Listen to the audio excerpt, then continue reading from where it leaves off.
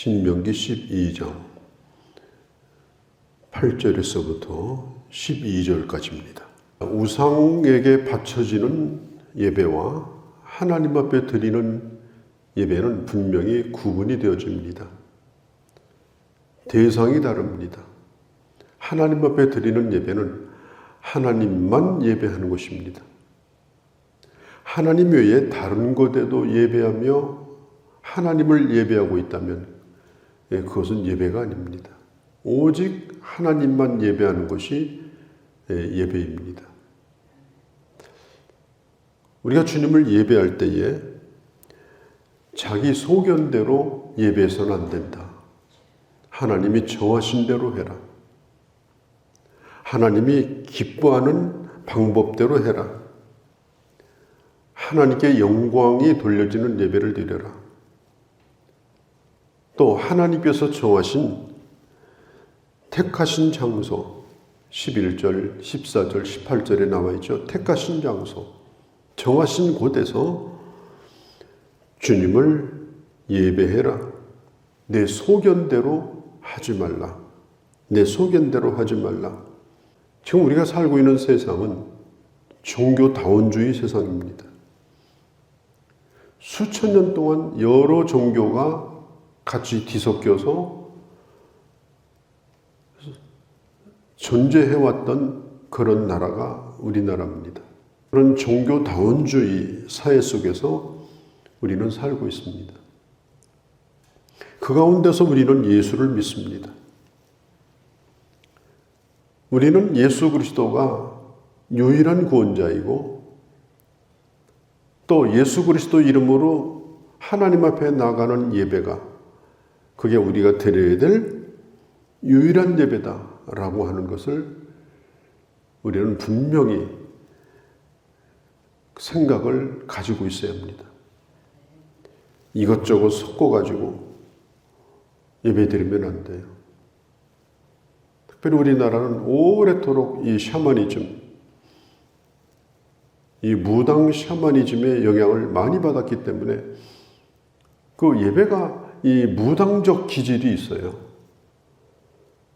성경적인 것이 아니라 무당적인 예배를 드리면 안 돼요. 지금 이스라엘 백성들은 오래도록 400년 동안 애굽에서 뇌살이를 했죠. 또 40년 동안 광야살이를 했죠. 광야생활, 방황하는 생활을 했어요.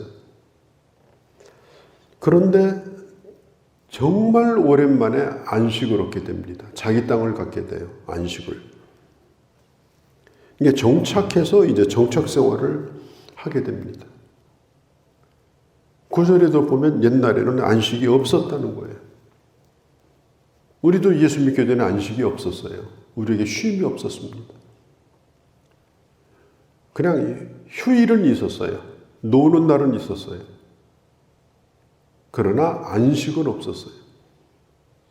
그런데 우리에게 안식이 주어졌습니다. 이제는 그 땅에 들어가서 방황하지 아니하고 안식할 수 있는 축복을 주신 거예요. 그러면 그 진정한 안식이 뭐냐?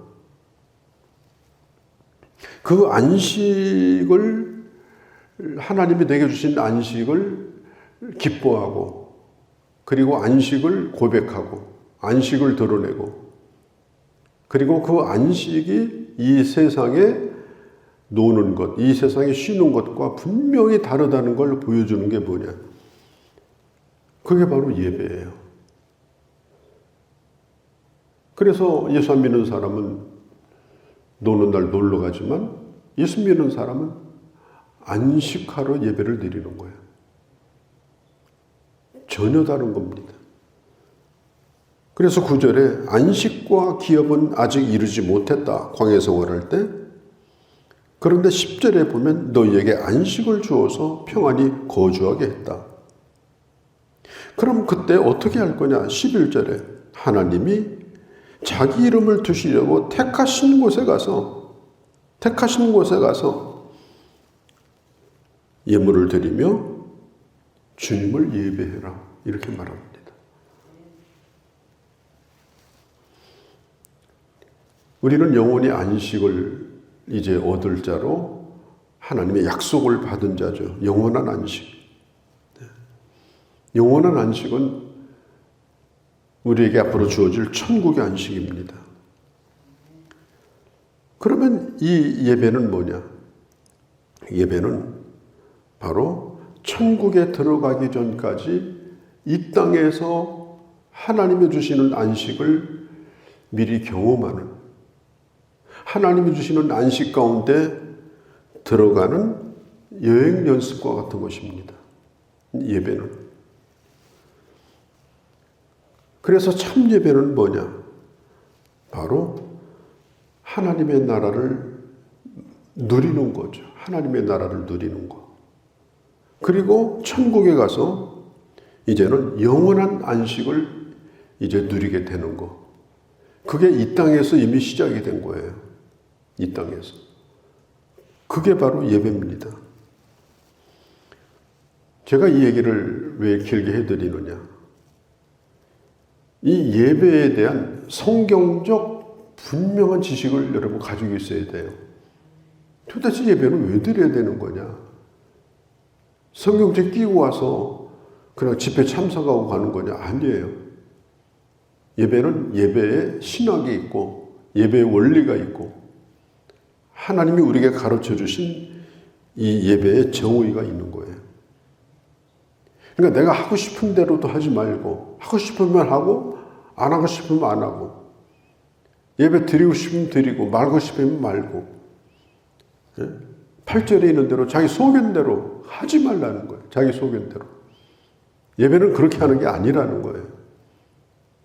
예배는 하나님이 정하신 대로 정하신 방법대로 임의로 제단을 쌓지 말고 우상을 섬기려고 하지도 말고 섬기는 방법대로 하지 말고 그리고 뭘 얻어내는 수단으로 드리지도 말고 왜냐하면 예배 자체로 만족할 수 있어야 됩니다. 우리는 예배를 드리면서 너무 원하는 게 많아요. 이 시간 뭣도 주시고 그런 걸 다 떠나서라도 예배 한 가지만 가지고도 예배 하나로 만족할 수 있어야 그 예배입니다. 우리가 천국에 가서 영원한 예배를 드리는데 천국 가서 하나님 이것도 해주시고요. 저것도 해주시고요. 남북통일도 되게 해주시고요. 아니 천국에 남북통일이 어디 있어요? 천국에 부족한 게 어디 있어요? 아픈 게 어디 있어요?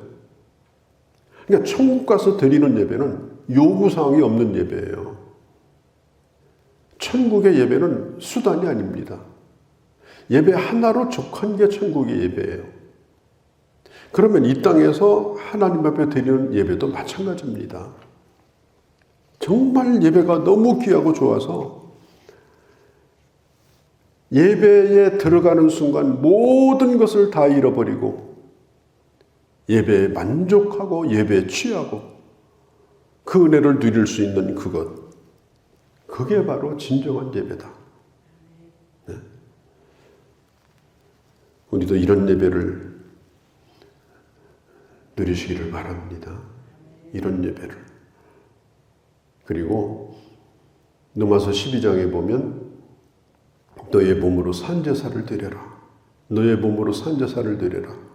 삶의 예배. 우리 삶 속에서 우리의 삶을 통해서 가정생활, 직장생활, 내가 하는 모든 일들을 통해서 하나님 앞에 영광을 돌리는 예배가 참 중요하죠. 그런데 로마서 12장에 보면 바로 곧바로 무슨 얘기가 나오는가 하면 몸의 지체에 대한 얘기가 나옵니다. 몸에 대한 얘기가 나와요. 삶의 예배도 중요하지만 그 삶의 예배가 성도의 손발이 건강하려고 하면 이 몸의 예배가 중요합니다. 거룩한 공동체 예배. 거룩한 공동체 예배가 없고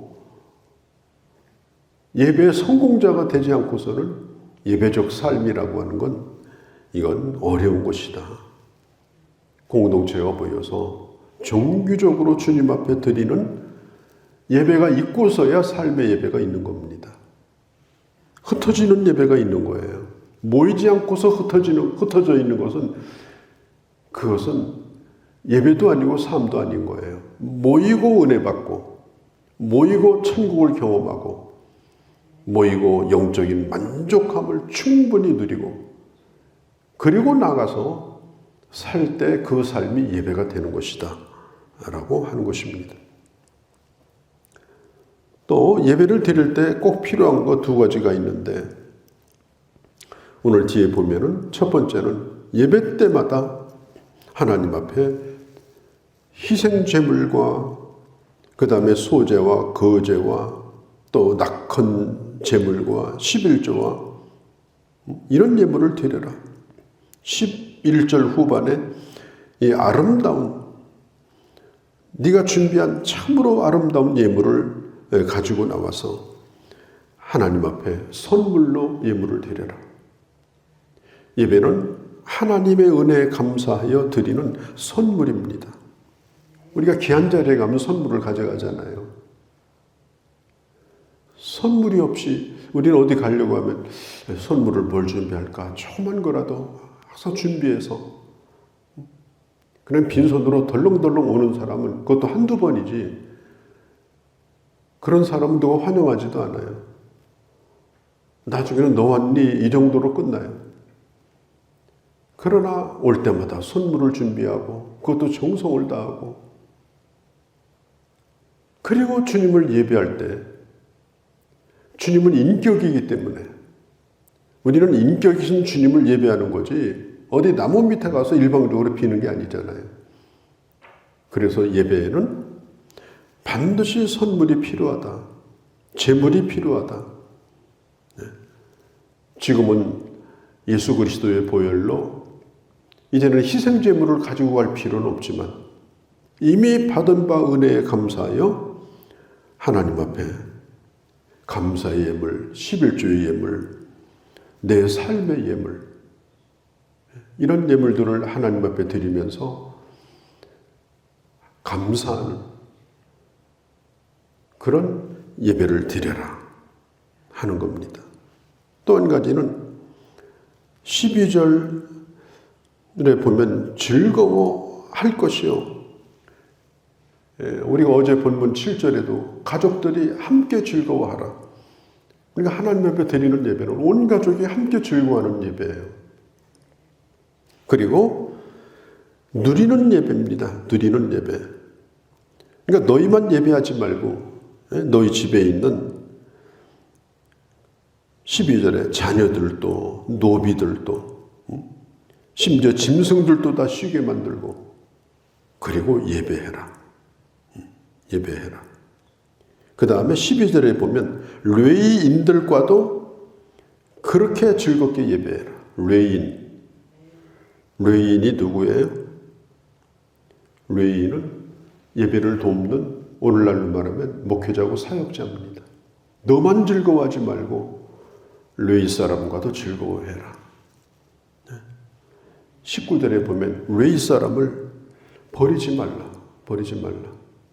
그들은 자기 기업을 가지지 아니하고 자기 소유를 가지지 아니하고 하나님의 교회를 섬기는 자들이기 때문에 즐거운 것이 있으면 그와 함께 즐거워하고, 그리고 그의 삶이 충분할 수 있도록 버리지 말라. 그의 삶을 돌보라. 그의 삶에 대하여 관심을 가지라. 그렇게 오늘 성경은 가르치고 있습니다. 예배는 즐거워하는 것입니다. 나만 즐거워하는 것이 아니라 가족이 즐거워하고 또 나와 함께하는 분들이 즐거워하고 또 그 예배를 인도하는 인도자와 즐거워하고, 그리고 단순히 즐거워하는 것이 아니라 그들에 대하여 관심을 갖고 주의 사랑을 나누는 그런 예배가 되어야 한다라고 하는 겁니다. 1세기 당시에 보면 1세기 당시 이런 이제 뭐 올림픽이든지 이런 경기가 있었잖아요. 이제 그때 당시는 경기가 육상 경기밖에 없었어요. 육상 경기. 그러니까 육상 경기의 우승자는 어떤 전례가 있었는가 하면 마지막 운동장을 한 바퀴를 더 돕니다. 골인 하고 나서 운동장을 한 바퀴를 더 돌아요. 우리도 그렇잖아요.